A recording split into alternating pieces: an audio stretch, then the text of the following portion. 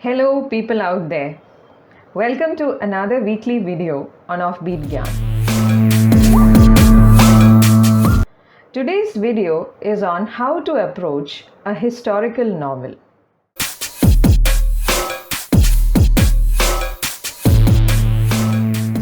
Historical novels, as we all know, can be quite intimidating. They are usually considered to be boring and very time consuming. But let me tell you, attempting to read one and getting through a historical novel will be an extremely rewarding process. You will learn so much. You will not only learn the story of the novel, you will pick up a number of words which will add to your vocabulary.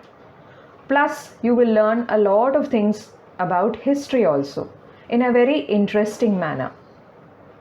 History is replete with famous and infamous events, and most historical novels usually have references to those famous and infamous events. We learn a lot of things by association. So, when you associate particular instances in that novel with the historical instances mentioned in that novel or described in that novel, you will also be learning history by association, and it will crystallize that idea in your brain, and you will be able to understand things much better. You will be able to relate to things better, and you will understand the novel also better. But it is a time consuming task if you are a beginner and you're not interested in reading fiction at all, not for pleasure, not for serious study. But if you are a student of literature, then you definitely have to devote some time to reading the novel given to you. You cannot pass by with a summary. You can definitely write your exam and get through the exams with a critical summary. You can look up the critical summary of the novel on Spark Notes or other e-notes and things like that, and you can get an idea of the story. But let me tell you, reading the novel, reading the prescribed text, no matter how tough it is, no matter how intimidating it is the best way to learn new words, pick up or add to your vocabulary, and increase your enrichment of the subject, your knowledge of the subject. And this will definitely help you to have a better understanding of the subject and develop a love for English literature. So, what exactly is a historical novel? Any novel that tells the story of a bygone era, of a time long, long ago, which blends historical and non-historical characters or fictional and non-fictional elements with important personages who lived in that era. Something that we have not lived through, something that we, the present generation, has not experienced. It describes the society, the tradition, the customs, the political situation, the famous and infamous events of a long ago period. The cutoff, according to Walter Scott, the father of the historical novel in English literature, is 60 years or more. His novel Waverley also has the title "'Tis 60 Years Since". So any novel that describes the history, the politics, the society, the tradition, the events of a period 60 years before we were born, that fits the criteria of a historical novel. We follow the semester system, the choice-based credit system, in most colleges across India. And that is very tough because in any given semester, you will be having 10 plus novels to study. Every paper will have at least 4 or 5 novels. So this makes your life difficult.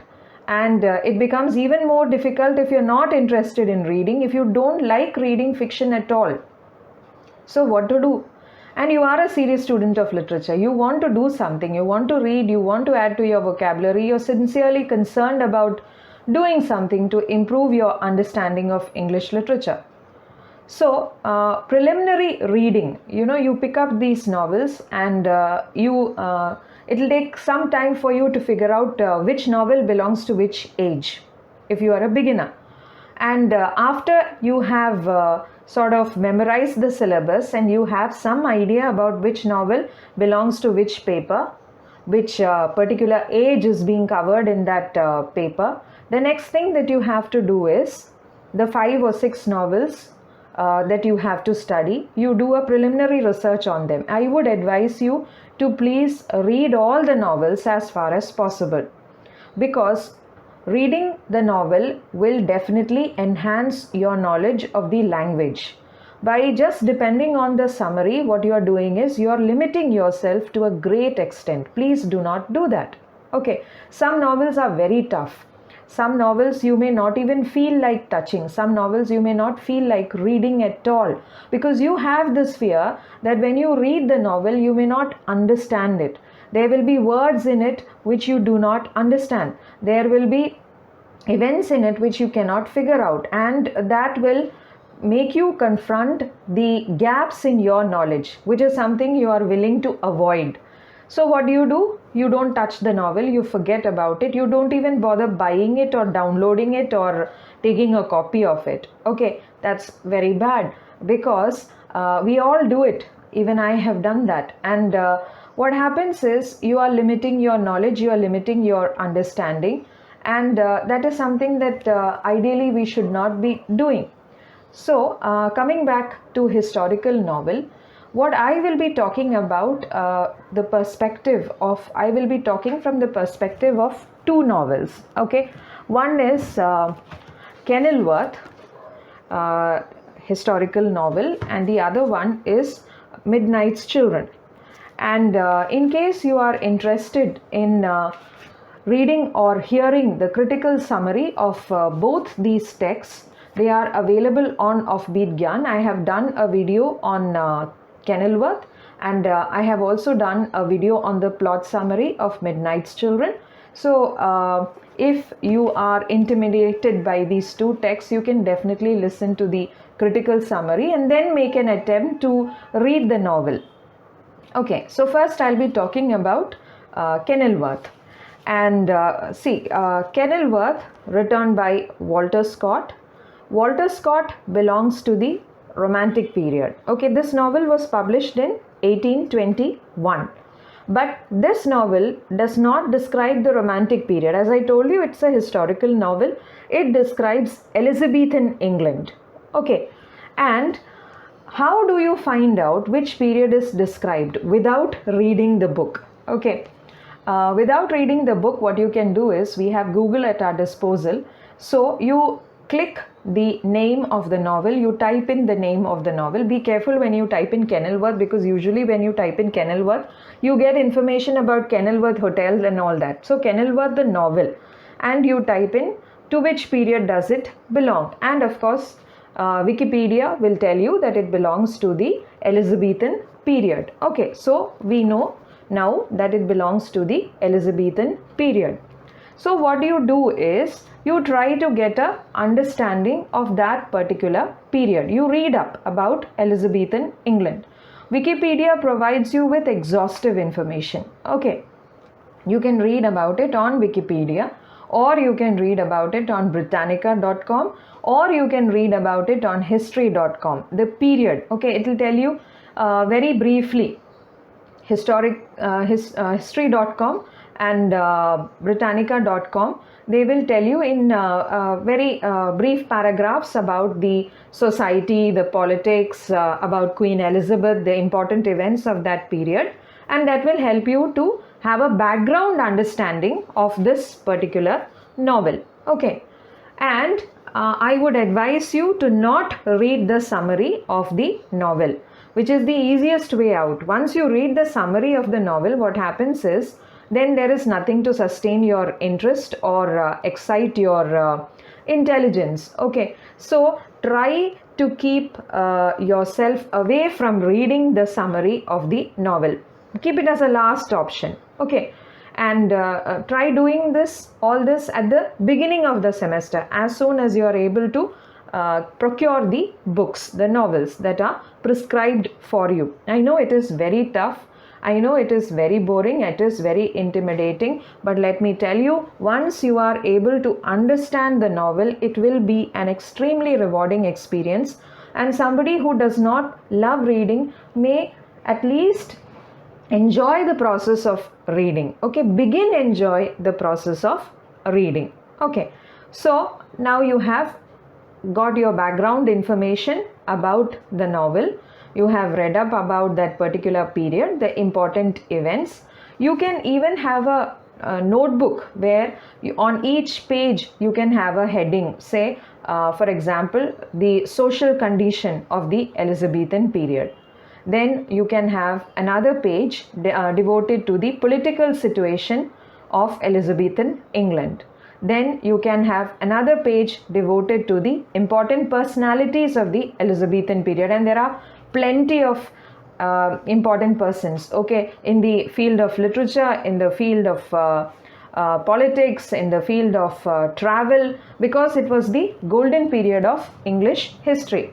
So each page, it can be a small notebook or a long notebook, and you have a heading like this on the top of the page, and you put down all the important information. Please try not to write big sentences. Make the sentences short and brief so that you can revise it. Okay, and for each one you can use a different color. Say for the social situation of England you can use green color. For the political situation you can use the blue color sketch pen or things like that. Okay, and make notes, systematic notes of all those things which you gain from Wikipedia or from Britannica or from history.com or from books that you get from the library. Okay, please do not take too much time to complete a novel. Devote say around 2 weeks to a particular novel. Okay, you pay too much attention to one book and you ignore the others. That is also not a very balanced approach. Okay, so after you have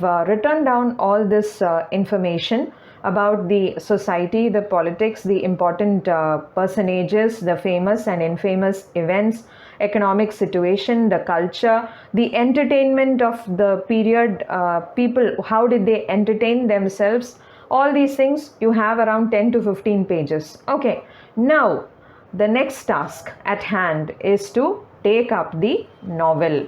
Okay, you take the novel Kenilworth and you go to the first chapter. Okay, and when you go to the first chapter, what happens? You read the first paragraph. Okay, the first paragraph is full of words that you do not understand or you understand partially. Now what do? The first paragraph of the book itself is telling you stop reading me. Okay, and what do? You will be tempted to close the book and keep it inside the furthest corner of your shelf. Don't do that. Persist, persist, persist. That is what I would say. Okay, go on to the second paragraph. You go on to the second paragraph. That is even more intimidating.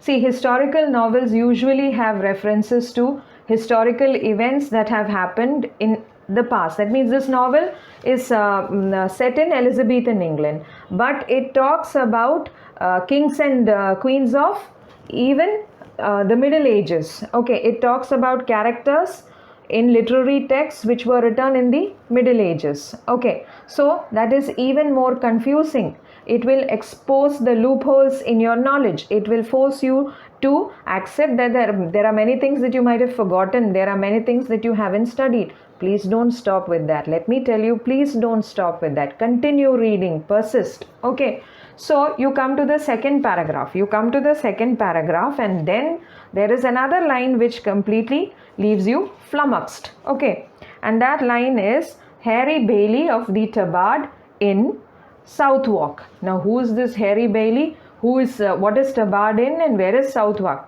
No idea.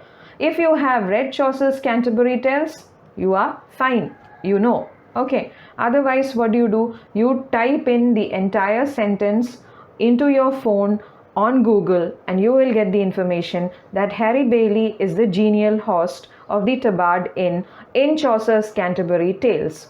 So Giles Gosling, the innkeeper of the Black Bear Inn in Kenilworth, is being compared to that innkeeper of yore, that is Harry Bailey. Okay, you have cleared the first hurdle. You go on to the next page. Set a target. Say you will read around 5 pages a day. Okay, and 5 pages a day of Kenilworth can be tough.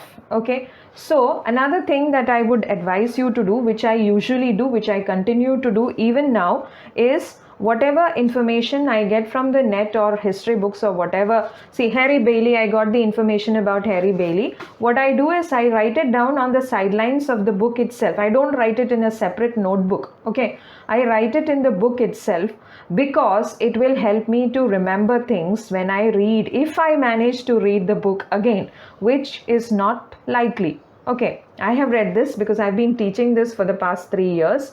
So when you hear me talking about this, do not be intimidated.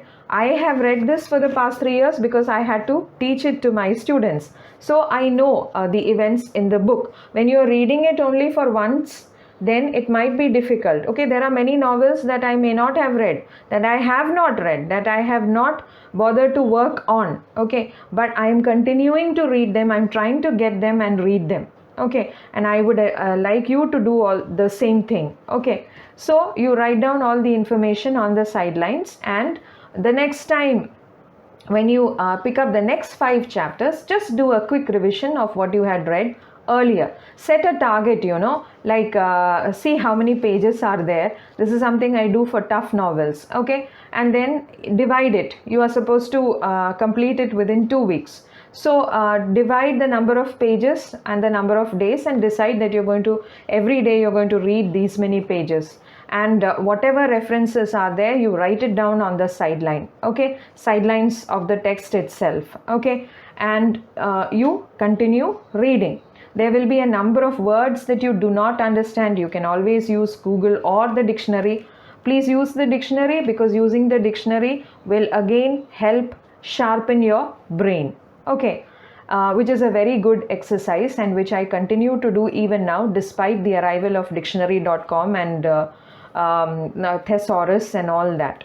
Okay, then you have reached somewhere midway. So there will be references to the very complicated religious situation in Elizabethan England. Okay, and the English line of kings and queens is quite long.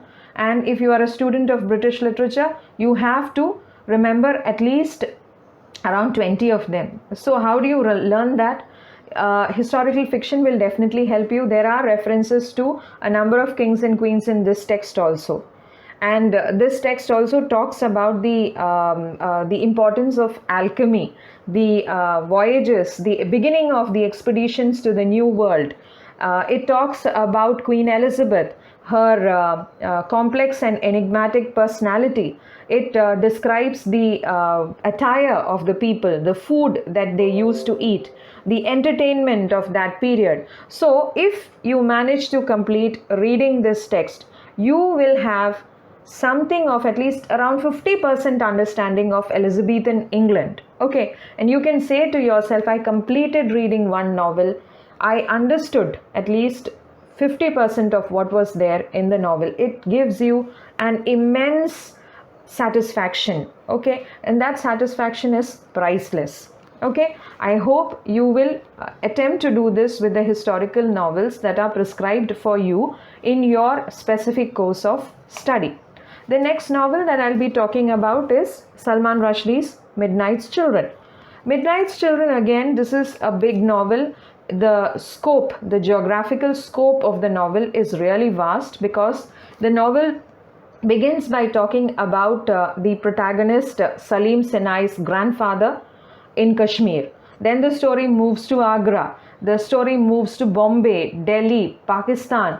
Then again it comes back to India. It talks about the Sundarbans. It talks about important events in modern Indian political history. Okay, so if you manage to read Midnight's Children diligently, you will probably see this as a primer of modern Indian history also, because it talks about the partition. It talks about it talks about colonial India. It talks about the Indo-Pak War. It talks about the Indo-China War. It talks about the liberation of Bangladesh. Okay, it talks about the Sundarbans.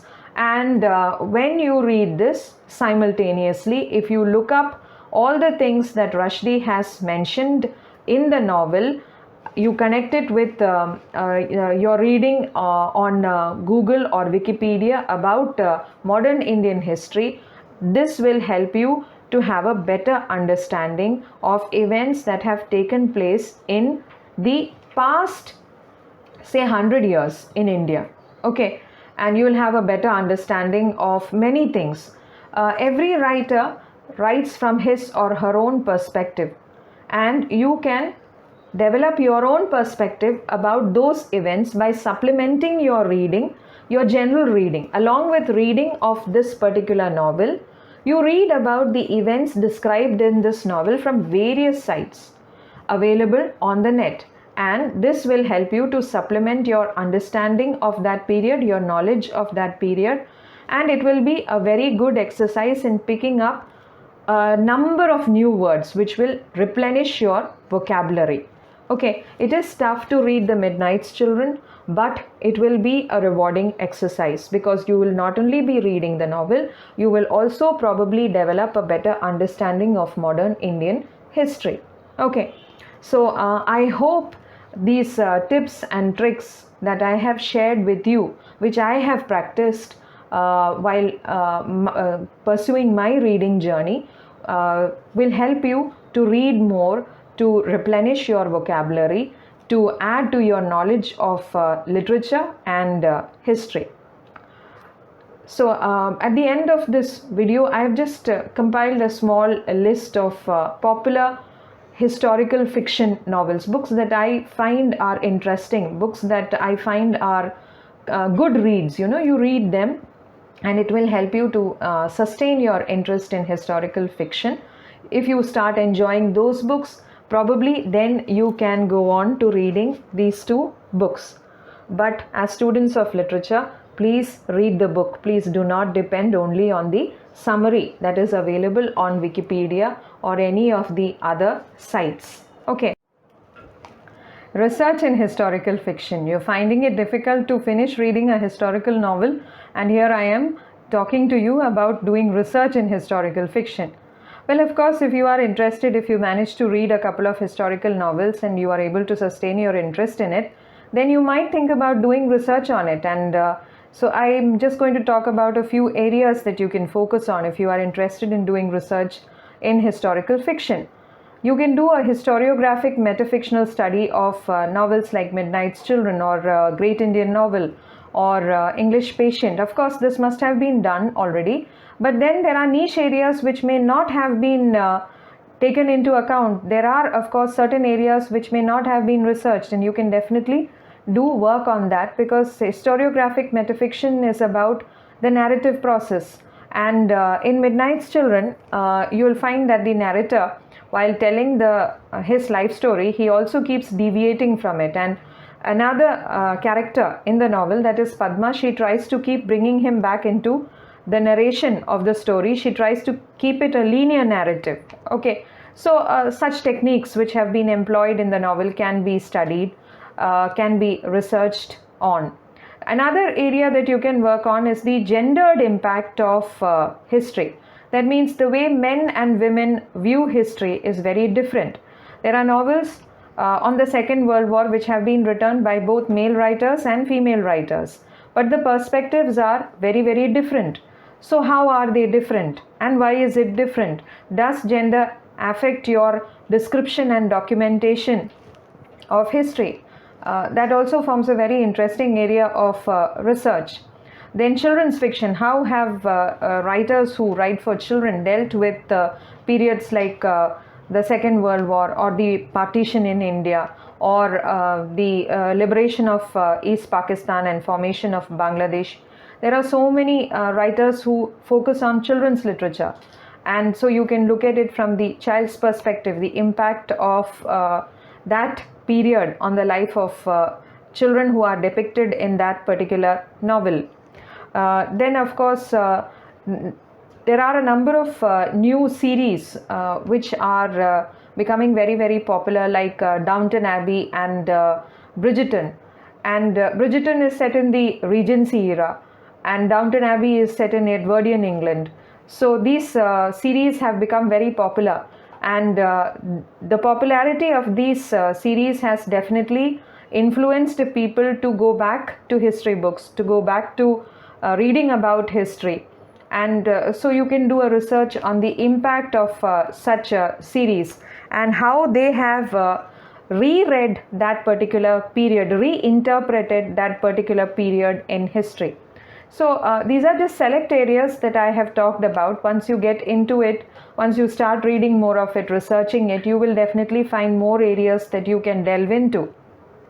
So I hope this video has helped you and in approaching history novels. Okay, I'm not saying reading, I'm saying approaching. Okay, once you learn the tactics to approach, I'm sure this will help you to read historical novels and help you to overcome your fear of lack of knowledge, your fear of lack of vocabulary.